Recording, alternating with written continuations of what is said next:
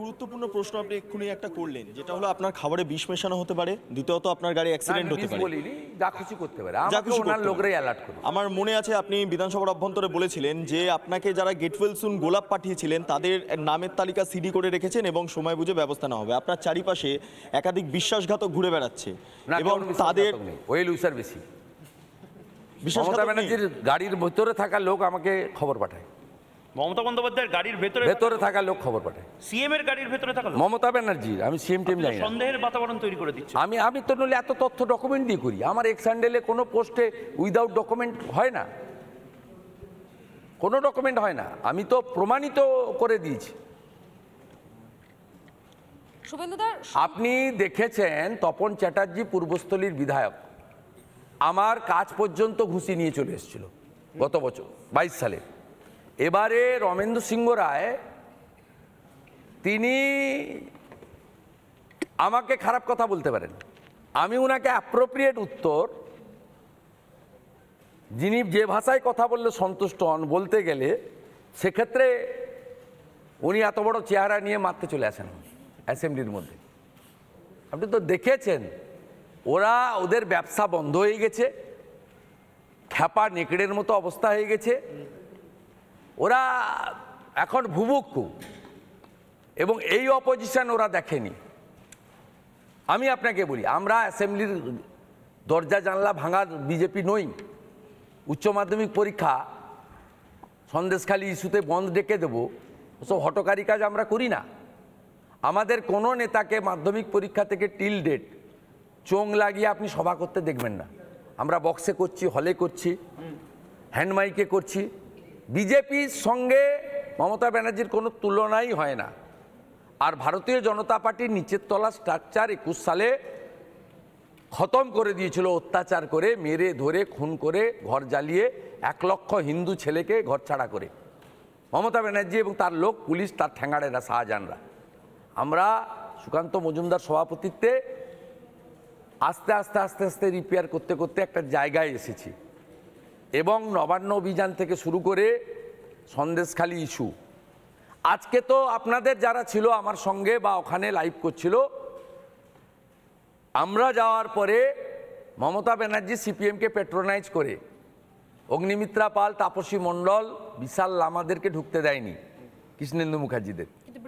কিন্তু বৃন্দা কারকদেরকে আমি ঢুকানোর পরে এখান থেকেই গেছে যে ও একা হয়তো ফুটেজ ভাবছে পেয়ে যাবে, তাহলে ওদেরও ঢুকিয়ে দাও।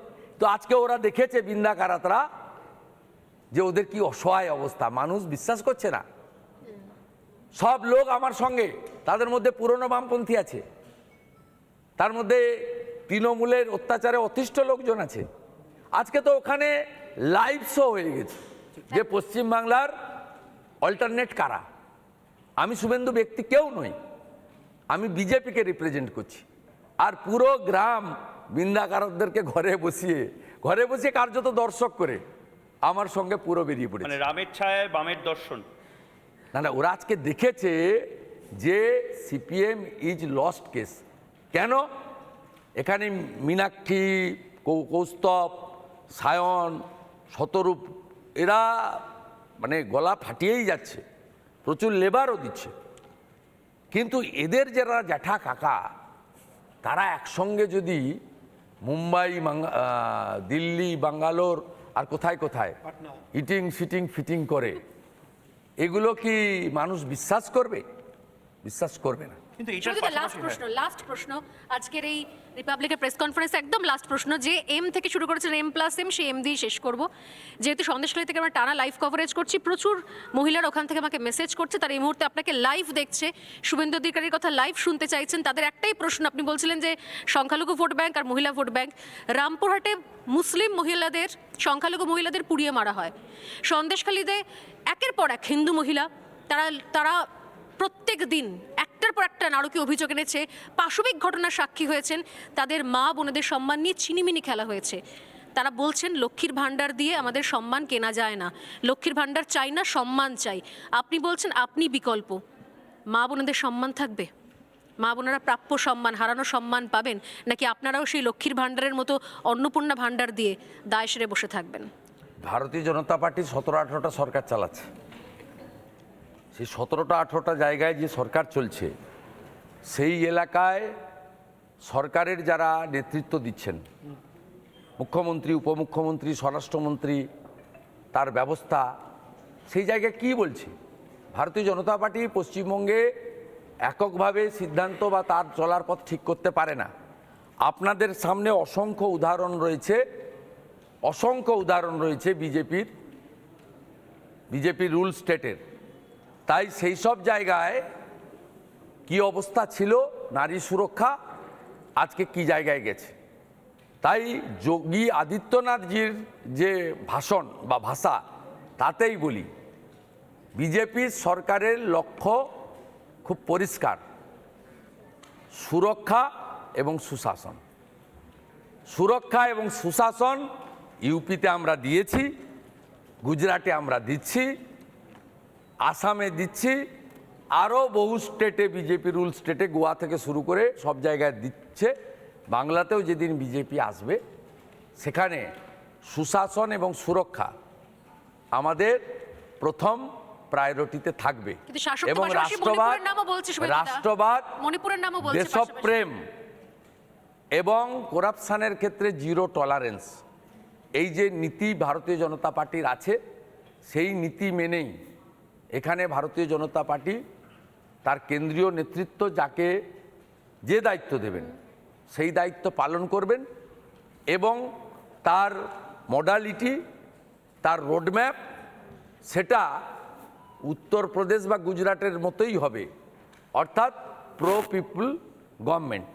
এবং সংবিধানের যে প্রথম sentence, for the people, by the people, of the people, এটাই আমরা করব। For the Mamata, by the Mamata, of the Mamata. এই রকম ব্যক্তি কেন্দ্রিকতা, কোম্পানির মতো রাজ্য চালানো, স্বেচ্ছাচারিতা, পুলিশকে সিআরপিসি আইপিসিতে কাজ করতে না দেওয়া, নিজের ঠ্যাঙ্গাড়ে ক্যাডার পরিণত করা, আর সীমাহীন দুর্নীতি, শুভেন্দুদা, এর বিরুদ্ধে আমাদের লড়াই চলবে। অনেকক্ষণ ধরে মধুকল্পিতা বলার চেষ্টা করছে। আমি মধুকল্পিতা, যেহেতু প্রেস কনফারেন্সে অনেক সংবাদ মাধ্যমে এটা শেষ করুন, আমার কাজ আছে। একদম মধুকল্পিতাকে দিয়ে শেষ করার চেষ্টা করব। মধুকল্পিতার প্রশ্ন সন্দেশখালী নিয়ে, কিন্তু তার আগে নেশন ওয়ান্টস টু নো, জানতে চায় বাংলা, 3টে এসসি কমিশন, মহিলা commission, all India bar association, সবাই চাইছেন রাষ্ট্রপতি শাসন। রাষ্ট্রপতি শাসন কি হতে পারে? রাজ্যপাল কি করছেন অ্যাকশন করে? রাজ্যপাল তার লিমিটেশনের মধ্যে করছেন। আপনাকে সংবিধানে ও রাজ্যপালের যে হ্যান্ডবুক রয়েছে সেটা পড়তে হবে। রাজ্যপাল মহোদয় যা করছেন তার লিমিটেশন, তিনি অ্যাডভাইস করতে পারেন, ফিল্ড ভিজিট করতে পারেন, স্টেটমেন্ট দিতে পারেন, রিপোর্ট চাওয়াতে পারেন। তিনি এই কাজগুলো তো আমার অনেক ইস্যুতে বিরোধ আছে, অনেক ইস্যু আমার মনঃপূত হয়নি। রাষ্ট্রপতি শাসন, মুখ্যমন্ত্রীকে ডেকে হাতে খড়ি ইত্যাদি আমার মনঃপূত হয়নি। এবং আমি সন্দেশখালী ইস্যুতে 10 ফেব্রুয়ারি আমরা প্রথম ওখান থেকে বেরিয়ে রাজভবনে গিয়ে সিঁড়িতে বসে যা যা চেয়েছিলাম গভর্নর সেগুলো করেছেন 48 ঘন্টার মধ্যে। তার লিমিটেশন আছে। আর এসসি কমিশন বা আমাদের এনসিডাব্লিউ, তারা রাজ্যপাল বা রাষ্ট্রপতি মহোদয়ের কাছে যে রিপোর্ট দিয়েছেন এটা একটা প্রামাণ্য দলিল।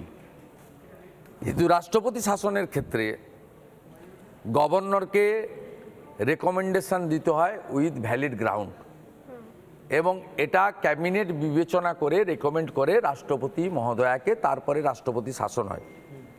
এক্ষেত্রে সুপ্রিম কোর্টের হস্তক্ষেপগুলো আপনাদেরকে দেখতে হবে, জানতে হবে।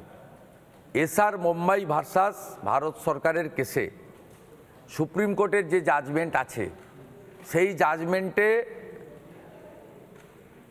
দুটো পদ্ধতি খুব পরিষ্কার বলা আছে, যে পার্লামেন্টের বোথ সেশনে, বোথ হাউসে রাষ্ট্রপতি শাসন করার পরে উইদিন স্টিপুলেটেড টাইম 15 বা 30 দিন, আমার ঠিক মনে নেই এই মুহূর্তে, অ্যাপ্রুভ করাতে হবে। আদারওয়াইজ আপনাকে স্টেট অ্যাসেম্বলিতে ইলেক্টেড গভর্নমেন্ট ওখানে আছে, তার মেজরিটিতে সেখানে হাউসে নিয়ে আসতে হবে। ন্যাচারালি এইগুলো ভেবে চিন্তে করতে হবে। তারপরে ভারতীয় জনতা পার্টি জরুরি অবস্থা বিরোধী দেশ দিবস পালন করে।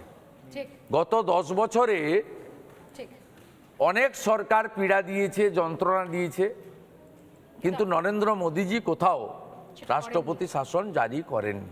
বেশ, আমি আবারও বলি, এই যে 21 সাল থেকে নতুন বাংলা নতুনভাবে আপনারা দেখছেন, দেখাচ্ছেন, এটা সম্ভব হয়েছে নরেন্দ্র মোদীজির প্রধানমন্ত্রীত্বে। ডক্টর মনমোহন সিং ছিলেন বলে মমতা ব্যানার্জি জেলে যায়নি। ডক্টর মনমোহন সিং ছিলেন বলে নন্দীগ্রামের 14ই মার্চের মামলা 16ই নভেম্বর 2007 প্রধান বিচারপতি তৎকালীন সুরিন্দর সিং নির্ঝর সিবিআই দেওয়ার পরে বুদ্ধবাবুরা 2008 সালের ফেব্রুয়ারিতে এসএলপি করে স্টে করেন। এই স্টে 11 সালে ভ্যাকেট হয়ে যায়, কিন্তু আপনি চার্জশিট দেয় রাধারানী আড়িদের বিরুদ্ধে, যারা খুনি তাদের বিরুদ্ধে চার্জশিট হয় না। এবারে আপনারা পশ্চিমবাংলায় যা ইনভেস্টিগেশন দেখছেন মূলত কোর্টের অর্ডারে, কিন্তু নরেন্দ্র মোদীজি তার করাপশানের ক্ষেত্রে জিরো টলারেন্স আছে বলেই এই freely ED, CBI, NIA, income tax তারা কাজ করতে পারছে। ঠিক। এর ক্রেডিট নরেন্দ্র মোদীজির। তিনি শুধু পশ্চিমবঙ্গে নয়, গোটা ভারতবর্ষেই এই সিস্টেমটা চালু করেছেন এবং কোথাও কাউকে না ডেকে সন্টু পানের মতো হঠাৎ করে সন্ধ্যাবেলা 41 নোটিশ ছাড়া ক্যামেরা বুম সহ তুলে নিয়ে যাওয়া, এ কাজ ইডি, সিবিআই, এনআইএ কোনোদিন করেনি। তারা একাধিক নোটিশ দিয়েছেন, আত্মপক্ষ সমর্থন করতে বলেছেন, তার এগেনস্টে কোর্টে গেছেন আপনারা, মানে যারা ভিকটিম বা যারা অ্যাকিউজড, কোর্টে উভয় পক্ষের কাগজপত্র জমা হয়েছে, প্রমাণ হয়েছে আপনি প্রমাণিত করাপ্টেড, আপনাকে জেলে যেতে হয়েছে। সেটা সত্যেন্দ্রনাথ জৈনের ক্ষেত্রেও বলুন, মনীষ সিসোদিয়ার ক্ষেত্রে বলুন, হেমন্ত সোরেনের ক্ষেত্রে বলুন, পার্থ চ্যাটার্জির ক্ষেত্রে বলুন, অথবা জ্যোতিপ্রিয় মল্লিকের ক্ষেত্রে বলুন। এইটাই হচ্ছে কারণ। আর 5ই জানুয়ারি যদি ইডি শাহজাহানের ওখানে সাতক্ষীরা বাংলাদেশে জ্যোতিপ্রিয় মল্লিকের রেশন পাচারের জন্য না, মানে অভিযোগে না যেত, তাহলে সন্দেশখালী বিচ্ছিন্ন হয়ে থাকতো, এই অত্যাচার কন্টিনিউশন তার থাকতো। এত কাণ্ড, এত ঘটনা, এত প্রতিবাদ, এবং আমি সাফার করেছি, 3বার 4বার আটকেছে। আমাদের রাজ্য সভাপতি ফিজিক্যালি অ্যাসল্ট হয়েছেন, আমাদের লোকেরা 17 জন নেতা জেলে আছেন, আপনাদের রিপোর্টাররাও না খেয়ে না দে আজ রাতে পুলিশ কাস্টাডিতে সেখানে করেছেন। এবং সন্টুর মতো একজন অত্যন্ত তরুণ, প্রতিভাবান, সাহসী, এবং তার মধ্যে শুধু সাংবাদিকতা নয়, ভিতর থেকে একটা ইমোশন, আবেগ দিয়ে সে কাজ করে, তাকে আজকে এই রকম একটা মানে সম্পূর্ণ একটা অন্য পরিবেশে অত্যন্ত কষ্টের মধ্যে তাকে রাত্রিগুলো কাটাতে হচ্ছে বা হবে। ঠিক। আমাদের যেহেতু ঠিক আছে, একেবারে ভালো থাকবেন। আমরা শেষ করছি, কিন্তু আমাদের এডিটর চিফ অর্ণব গোস্বামীর সাথে একদম আর কয়েক মিনিটের মধ্যে আমরা করব। শুধু একটা ছোট্ট বিরতি নিচ্ছে শুভেন্দুবাবু, এবং বিরতির পর ফিরে আসছি শুভেন্দু অধিকারী রিপাবলিক বাংলায় যে পুরো সাক্ষাৎকারটি দিলেন সেই গোটাটা দেখানোর জন্য। একটা ছোট্ট বিরতি।